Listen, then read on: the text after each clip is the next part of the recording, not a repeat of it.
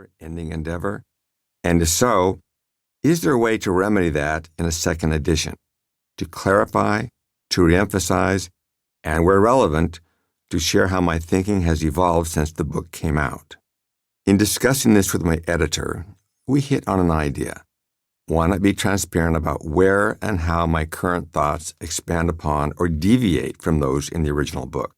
Could that be a way of walking my talk about the inevitability of change?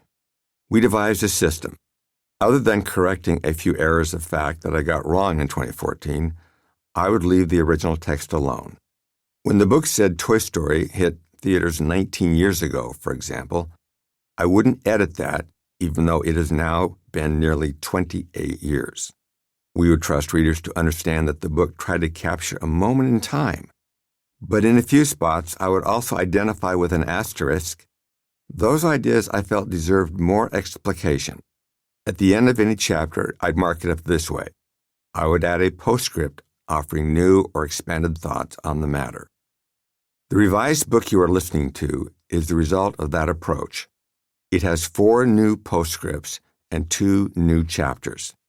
Chapter 14, The Lasting Impact of Notes Day, picks up where I left off at the end of Chapter 13, which described Notes Day, our attempt in 2013 to re-energize Pixar by candidly identifying its shortcomings and flaws.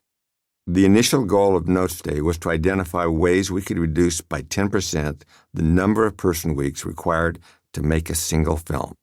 We shut down the studio for a whole day to discuss solutions, and the ideas that emerged ultimately succeeded in lowering our budgets and making us more efficient. But Notes Day also revealed deeper problems that had to do with how our culture had strayed from the studio's core values. It would take us years to incorporate the lessons we learned that day.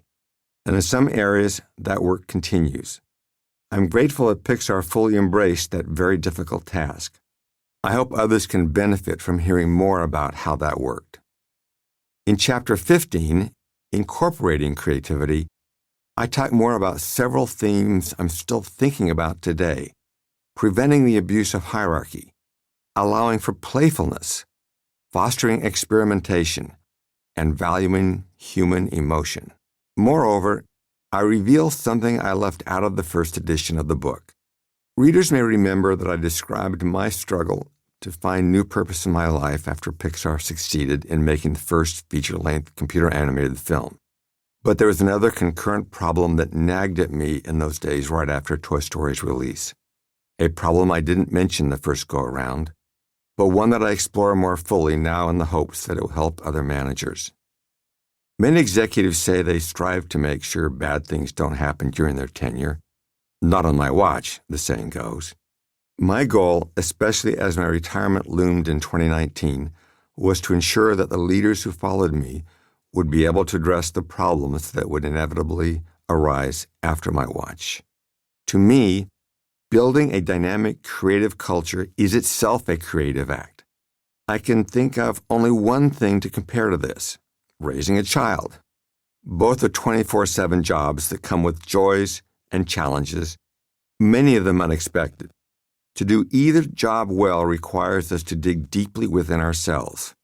From the start at Pixar and later at Disney Animation, I wanted to help create a culture so healthy and adaptive that it could survive failure, success, and even the departure of its top leaders and founders. With this second edition, I hope to continue the conversation about how that works and how it doesn't. Ed Catmull, January 2023. Introduction: Lost and Found. Every morning, as I walk into Pixar Animation Studios, past the 20-foot-high sculpture of Luxo Jr., our friendly desk lamp mascot, through the double doors and into a spectacular glass-ceilinged atrium, where a man-sized Buzz Lightyear and Woody, made entirely of Lego bricks, stand at attention, up the stairs, past sketches and paintings of the characters that have populated our 14 films. I'm struck by the unique culture that defines this place. Although I've made this walk thousands of times, it never gets old. Built on the site of a former cannery,